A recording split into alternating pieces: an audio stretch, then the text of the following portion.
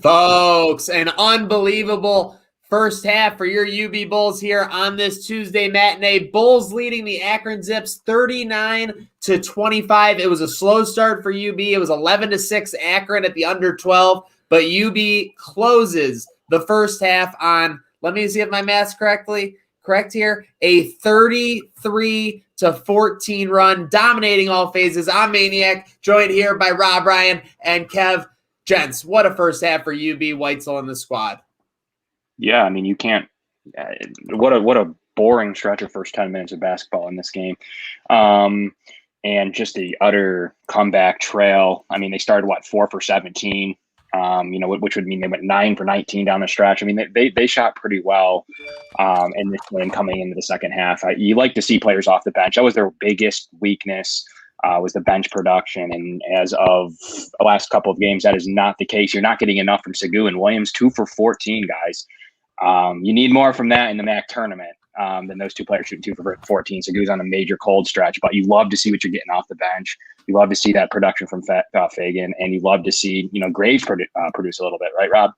Yeah, I mean, Graves, the last few games, he's been having some rough starts. I've been saying it for a while now that if we want to make a big run, he needs to be there. He's our captain. He's our senior. It looks like he's finally getting into his way. He defied gravity and flew for that dunk. He's making the hard efforts out of bounds on defense. That's what we need from the captain.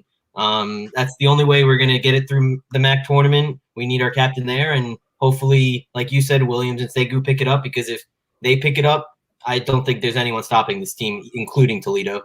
And obviously, Graves is a motor for this team. You're getting what you're getting from Mbala, Segu, Hartnett, obviously. One player, who's been a bit of a, I don't know what the word is, enigma, kind of a outlier, his fans are divided, David Nickelberry. Okay. Now, last game against Ohio, he put up a big 16 points, 7 of 8 shootings. He's off to another strong start today. Obviously, Javon, motor of this team. But if I was going to say that Javon's the motor of the team, Nickelberry, as crazy as it seems, is almost the wild card. If this guy gets hot, I don't think anybody in the MAC can beat UB. Yeah, I mean, he's been awful up until last game. He's shooting 1 for 7. I have 1 for 6 on the stat line, 2 for 12 in one game.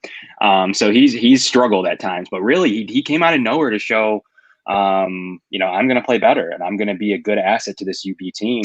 And it is what they were missing. They did not have a guard off the bench. When Segu's struggling, they just had nowhere to go. If Segu was off, and Graves might have been off, and at times they have nowhere to go at the guard position. And that's where teams started to clog the paint and really make Mbala, Hartnett, Janathan Williams work. But if Nickelberry comes in and is doing his 7 to 10 point range thing, we don't need 16 every night, but if he's getting 7 to 12, he's useful. But we just can't have those performances with 3 fouls, 4 turnovers, 1 for 7 shooting, which he's shown way too much. But maybe he turned a corner. I'm interested to see how he plays the last game plus the tournament, as well as was he a contender to come back? I don't know how it's all going to work in the coming days. So we'll see. He's a guy I have my eye on to see if the coaching staff wants to bring back after the next couple of games, because everyone gets this free year. Yeah, definitely. For Nickelberry, we went through a rough stretch this year when we had no bench production whatsoever. It was Williams, Mbala, and our starters carrying the load. The last few games, we're finally getting some bench contributions from Nickelberry, from Fagan. Skogman has had some nice games. We're still missing Burden. Once he comes back, hopefully he can perform. We're finally getting a bench contribution right at the best time, right before Cleveland. Seriously, right before Cleveland, this team is getting hot at the right time. And you said it, Rob. It's the bench finally contributing 6 of 8 today from the floor. And it's Fagan, again, who's been a nice factor the last couple of games. I think he's been pretty steady all season, but he seems to be getting a little bit more consistent. And Kev, you love to see it filling up the stat sheet today. 7 points, 3 boards. I'm a big fan of Fagan. I thought he had some hard luck injuries. He was going to get an extra year next year anyways with the double injury he faced. So he's going to get that rare waiver with the double red shirt. So I anticipate he could come back. But what's interesting about him is he's had some hard luck. He was an original Oats recruit. He's got that lean 6'8", 220 body. He shoots the three. He's got a great stroke. And he just gives the team a lot of forward minutes. And he's a good player if someone like Mbala is struggling Occasionally you'll get that from Josh or Hardnett doesn't come on. I mean, it's really great to have a backup forward like we have in him. And he started the season starting, guys. Don't forget that. He was a starter in the first couple of games and didn't quite get it going yet. And I think he's really honed in on his role as a 6th, 7th man in this roster, him and Nickelberry. So good for him. I love the depth. I think he's a really valuable player. And he's a guy that I thought should have gotten more minutes during some of those that struggle stretch there in the middle of the season. Rob, any thoughts for the second half as UB? I mean, impressive defensive effort holding Akron to 25 in the first half.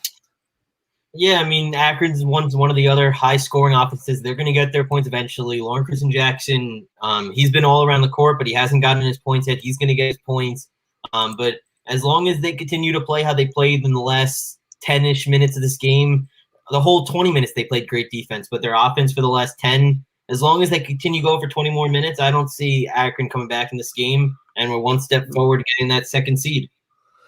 Folks, gotta say, don't let things come down to the wire. Don't let it come down to a close shave. Make sure you are going to our friends at Manscaped. At manscaped.com, use promo code TRAINWRECK for 20% off plus free shipping. And another announcement, myself and Al, barring any type of crazy situation, which is bound to happen in 2020, 2021 here, but will be in attendance for the UB men's game Friday night, Friday evening, whatever you want to call it. Looking very much forward to that. Is that needing that to semifinals, right? Friday? So you would need a W? Oh, not for Cleveland, right? Oh, are you talking about? Talking about this Friday. Literally talking about the next game. Yeah. Gotcha, Pumped up about that. Hey, I know, because the thing I want to say is that I think every UB fan right now feels a little disconnected from these teams. You're used to, I mean, we love our Bulls. We're used to getting to, UB Stadium or Alumni Arena at least once a year to check in on these, on these teams, and not being able to do so has, had effect on us. So we want to bring it as close as possible. We're bringing you some great coverage from inside of Alumni Arena, but the great coverage, it keeps on rolling here. Make sure you're going to @BulletPoint716. Make sure you're following along TrainWreckSports.com for all the best takes, info, and insight from Kevin, from Rob, from me. Make sure you're giving Kevin a follow at Kevin Massare, Massare, and Robbie Ryan 1108. Did I get it? 108. 108. Okay, I'm gonna get it one of these times. I promise.